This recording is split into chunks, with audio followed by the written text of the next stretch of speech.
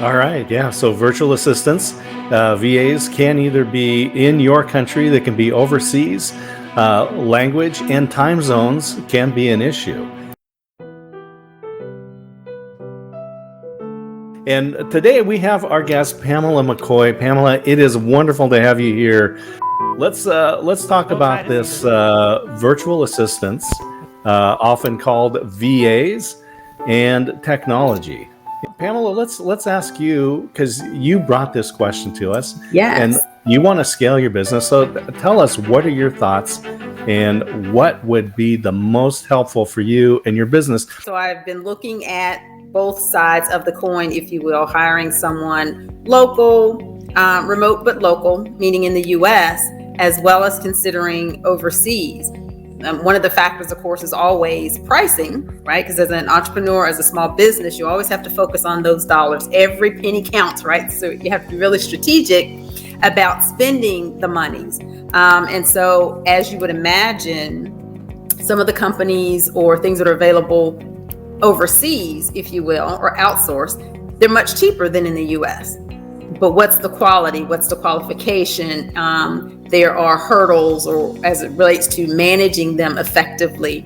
There might be some language type barriers as it relates to communication as to what task you need them to complete and things like that. And so, when Holly came to me, I was like, and she was asking me, what kind of challenges are you having? Well, that's one for me right there, is just trying to figure out this virtual assistant scenario. And I've yet to make that decision. So hopefully in this throwdown, right, the solution will become clearer as an avenue to pursue. So I'm excited.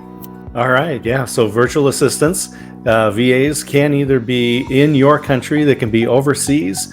Language and time zones can be an issue. And then technology. Yes. Can we use technology to fill in those gaps? Sure. So it's really interesting timing, because 3 of my clients over the last week have been asking about scaling their business, specifically with virtual assistants. So one of the reasons this is a great scaling method and strategy is that you have that human touch. You can really fine tune your customer service, because a lot of times you can start with them being a virtual assistant and doing administrative things, but pretty frequently, if you find somebody who's really high quality, which quite a few companies in North America have these high quality people from corporate career backgrounds, they can actually become more than just a virtual assistant. So they can become a coordinator for your office. They could even become a COO. And I've seen really significantly large companies scale their business and actually build full-time employees that started as VAs, which is a great, safe way to test it. Now, in terms of hiring a VA, if you're based in North America, I highly recommend finding a company that hires and finds VAs based on partnering and pairing them with the right companies, because then you're not doing all the work and the research to find the person. It costs a bit more, but as you know, as a solo entrepreneur, a business leader, doing that work to find that person takes a lot of time. And we want to make sure that as we're onboarding anybody into our team, we're not wasting time, because time is money. So I highly recommend considering hiring through North America, through a company that's doing the partnering and finding the actual VA that's going to fit your team.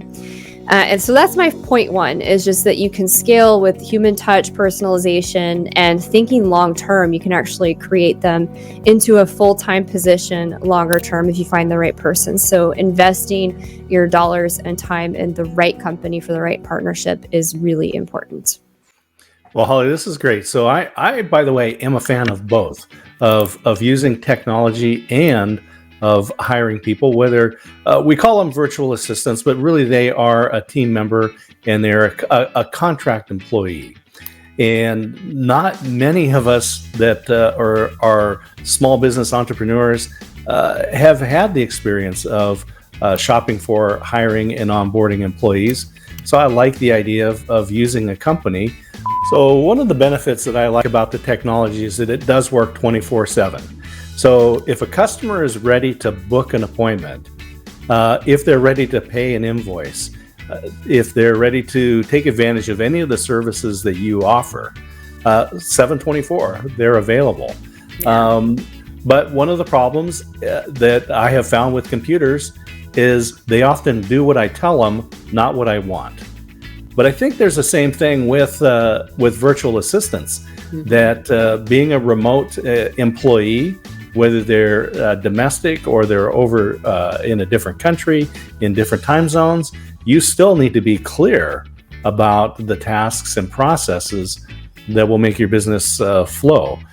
When it comes to even the technology, vetting that, if you will, and vetting may not be the best analogy or use of that word, but comparing the different technologies and identifying, again, you got to factor cost, but you're also factoring all the nuances and amenities that come with said technology, right? This particular app or process might be a little more costly, but it has a few more bells and whistles. So even if you're not using them today, when you're thinking forward thinking and scaling, oh, I don't need this today, but I might need that in 6 months. And so it makes more sense to go ahead and make that investment now, right? Even though you're not going to use it all right now, because to think of buying this cheaper one or investing in a cheaper one, and then 6 months from now needing that one little piece of something, and then you're challenged with, well, will this communicate with that? And so, yeah, I like the idea of technology. I love the 24/7, 365. And as we all know, technology is wonderful when it works. Well, the author of Hitchhiker's Guide to the Galaxy, Douglas Adams, he's the one that said, technology is what we call stuff that doesn't work yet. So I like that. So with that, let's move over to Holly. Tell us more about virtual assistants. I like using a service. What are the other things? How can we best utilize virtual assistants to really scale the business? Sure. So the first thing that when I have a client that's considering hiring a virtual assistant or scaling their business in any way, the first question I ask them is, what specific tasks are you going to be outsourcing? Have you documented how you do that? Have you started recording the process for that? Do you have any operating documentation around that? And the reality is most people don't, and they can't answer these questions. And the problem with that is like Matt said, it is a little more expensive typically to onboard a virtual assistant. But if you started optimizing your process and streamlining things, and you have quite a few tasks that are very easy for you to record and onboard a staff member to do, it's going to free up your time so much so that you can focus on the business and not in the business and getting lost in the weeds. So if you're at the point where you can do that automation, you have the processes locked down, it's perfect timing to hire a virtual assistant. And the reality is from all of these episodes, it's not this or that. It's usually a combination, and it's an ordering of the process. And so with a virtual assistant, they are helping you manage your CRM, which is a technology. They're helping you with outreach through LinkedIn, potentially. There's quite a few things that they're doing on technology, and they become part of your team. And because they're a human, it actually adds even more value. And yes, it's more cost, but then they're helping you with the technology and beyond. And then you're possibly adding them as a full-time team member to your staff. So this is really good. I personally have a number of technology tools that I use, and I use an integrator tool to kind of connect them together. And I've been working with another individual who, instead of investing in the technology, decided to put money right into a virtual assistant, and I've seen a lot of benefit for that.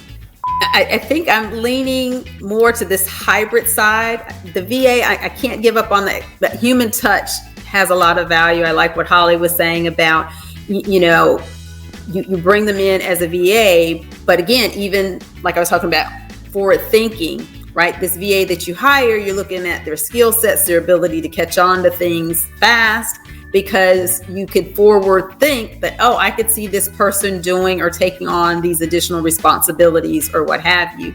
And so to bring them on now, right, and let them kind of grow with the business, one creates this sense of belonging, right? That they're buying into the vision, the mission, and you grow together kind of thing. I really like that concept.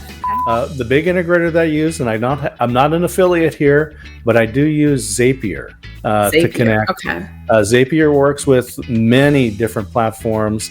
And again, it's just about mapping out what you want done, and then connecting it up with those different tools. So you can use it with your email program. You can use it with a Google Forms or Sheets. You can use it with a lot of different services. So there are opportunities there.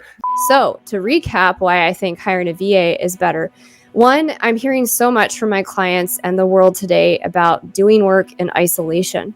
And I'm not saying that VA is the only way to do this to get out of isolation, but it is one way to start scaling your business and growing it so that you're not doing it alone. And it is human to human. You'll learn more from the VA because they have that human to human connection. And yes, of course, you start with more administrative tasks before you have them actually connecting. I know at least 4 significantly large companies that are doing multi-million-dollar deals that started with VAs that became their sales team, their COO, and significant positions. If you work with the right company and you hire in North America, if you're based here, you can scale your business that way, and it can make a huge needle move in your business today.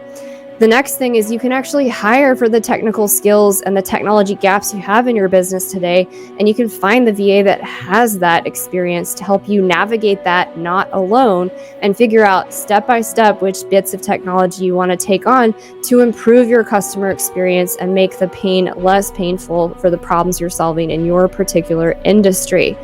And one of the companies that I love working with, just because I've done so much research the last month on VAs for my clients in particular, is called Great Assistant. And now it's a little more high touch, more expensive, but it takes a lot of the pressure and pain for finding that true fit virtual assistant, because they actually have a team that's vetting those people, they're training them, and they even have tools where they're making sure they're watching the staff to make sure they're actually working on your stuff based on the hours they're putting into the system. And so yes, they're using a combination of technology, but again, the strategy there is hiring a VA to scale your business to that next level so that you're not in isolation, you're following that correct strategy, and you're not wasting time learning technology that might not be your strongest suit.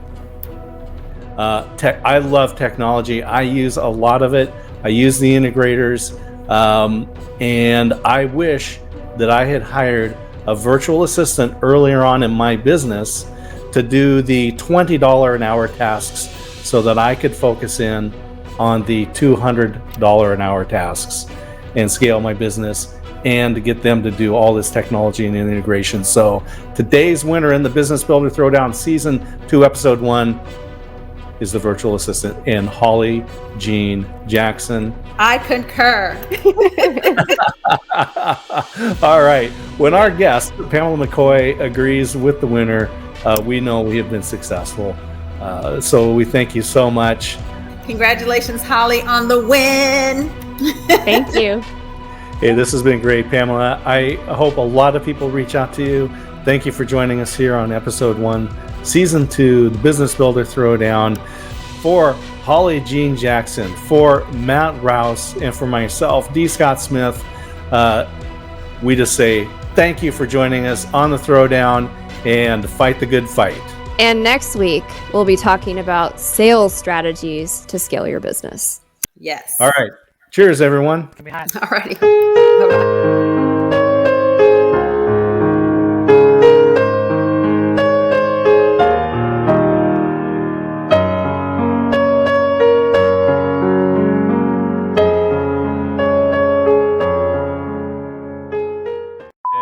Hold on, we'll come back to that. Oh, okay. All right. I was just so excited.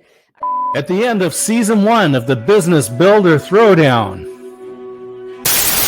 you are listening to the season finale episode of Season 1 of the Business Builder Throwdown. We have had fabulous guests, Aoife Cohen and Hope Zavara. Thank you for joining us here in the Business Builder Throwdown, the season finale, open content, gated content, and the winner is going to be announced in Season 2, so please subscribe and come back. Holly was leading Matt. At the end of episode 13, Matt won and ended the season in a tie. Oh. So it was dead even between Matt and Holly. And I tell you what, that is the perfect outcome for the Business Builder Throwdown.